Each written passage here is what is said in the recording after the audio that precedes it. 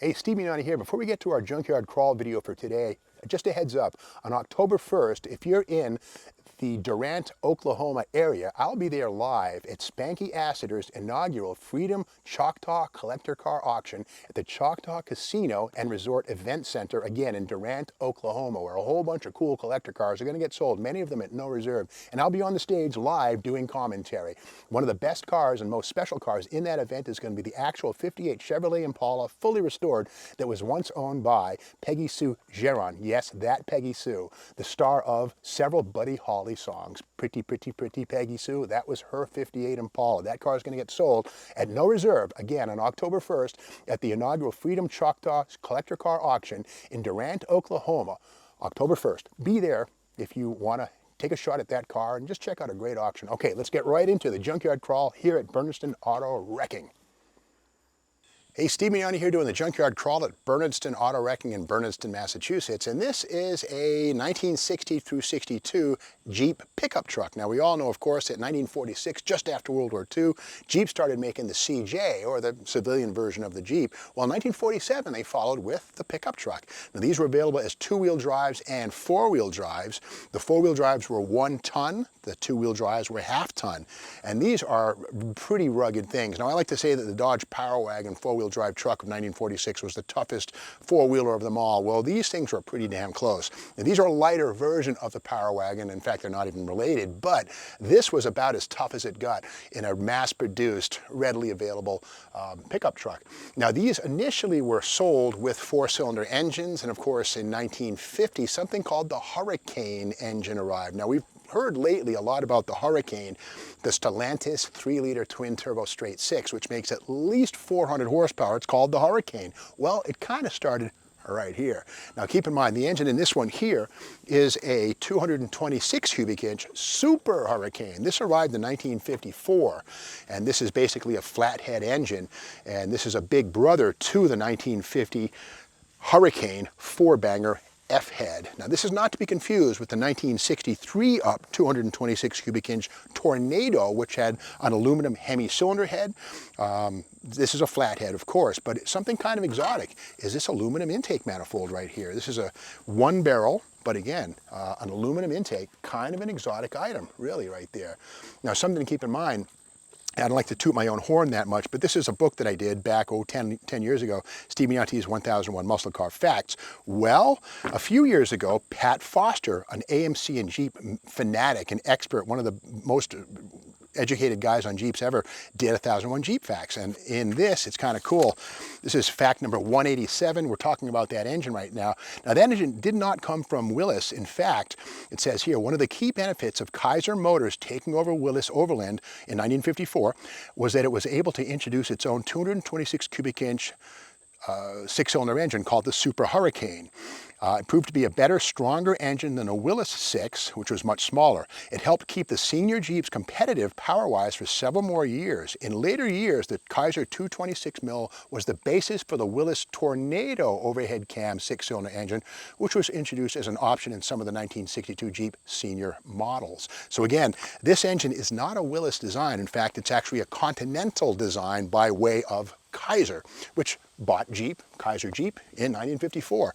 Now, this engine is, again, it's a flathead. We can see that it's a pretty standard engine. There's no push rods, there's no rocker arms in this. You pull this head off, and the combustion chambers are actually in the bottom of the head. You'll see the piston and the valves are actually in the block, and the ports, the exhaust ports and intake ports are kind of like on a 90-degree angle. It's not one of the better breathers on the planet, but for this purpose, it's just fine. Now, this one, of course, being a four-wheel drive, is equipped with a live front axle.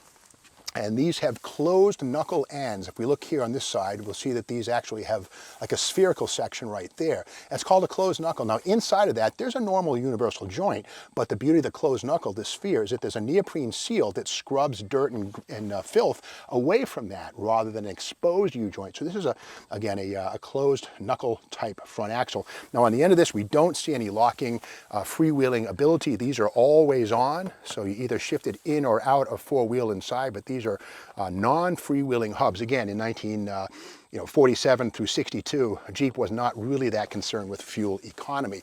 Now, the fenders on this one are interesting. They do have a peak right here. This is something that arrived in 1950, 1947, 8, and 9. These would be a flat fender just like the original CJ Jeeps. So styling was upgraded on these from year to year, but not really all that much. Now when you see this right here, this sort of Delta Chrome, that arrived in 1960, and that's an identifier of a 1960 through 62 Jeep pickup truck. Another thing too is that on these you could also get a station wagon variant, and those would have had a 10-inch drum brake. The pickup trucks always had an 11-inch brake, the idea being that these would carry more of a load potentially than even a fully loaded station wagon with people in it. Let's trade places, Shane, and look inside this one. And the door opens up, and again, these doors were interchangeable between station wagons and pickup trucks. And there's the grill inside. The peaked prow look on that grill, that arrived in the mid-1950s. Previous to that, it would have just been a flat face. This one is a 3-speed manual. There was an optional 4-speed. No automatics at all until you get into the Gladiator pickup trucks of 1963 and later. And again, no air conditioning, nothing like that. These are very austere trucks. The frame, if we look to the right, we'll see it basically a full frame with leaf springs in the back. And there's a Dana 44 rear axle with the semi-floating axle shafts, and basically pretty basic stuff found in all Jeep vehicles. No coil springs in the back of these things, whereas you could get that stuff in a Chevrolet pickup truck from 1960 onward. You can get coil springs in the back, but never in the Jeep. Again, these were pretty utilitarian vehicles for their time. Another detail too is that these do use a mini Dana front axle, this puppy right here, very much similar to what a Jeep CJ would have. And you notice right here, this little thing right here, it's a spring-loaded cap. This is a vent right here, because what can happen is when the gear lube expands and gets warm when you're driving down the road, it can actually press gear lube past the seals without a vent.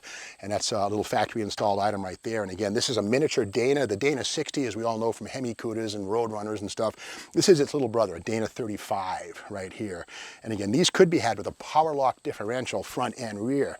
And again, the thing we notice on this is a 1-ton vehicle, so look how thick these spring packs are. That's almost as thick as my wrist. What do we have, like 11 leafs right there, but there it is right there, 11-inch or 11 leaf springs front on this thing. So it's a 1-ton capacity when you're talking the 4-wheel drivers. And again, half-tonners were the 2-wheel drive models, which had independent front suspension, by the way, the Dynaplan coil spring type deal.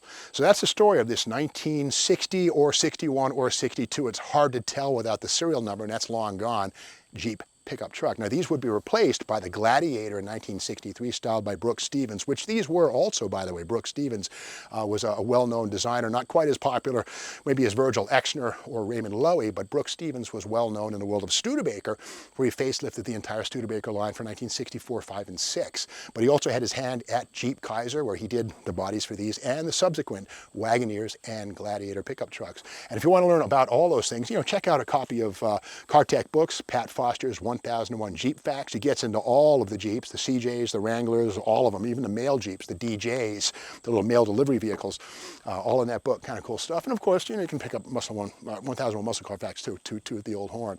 But anyway, if you like this video, be sure to subscribe to the C-Mags YouTube channel, tell your friends, give it a like, all that kind of stuff. And we'll be back with more videos tomorrow from Bernstein Auto Running.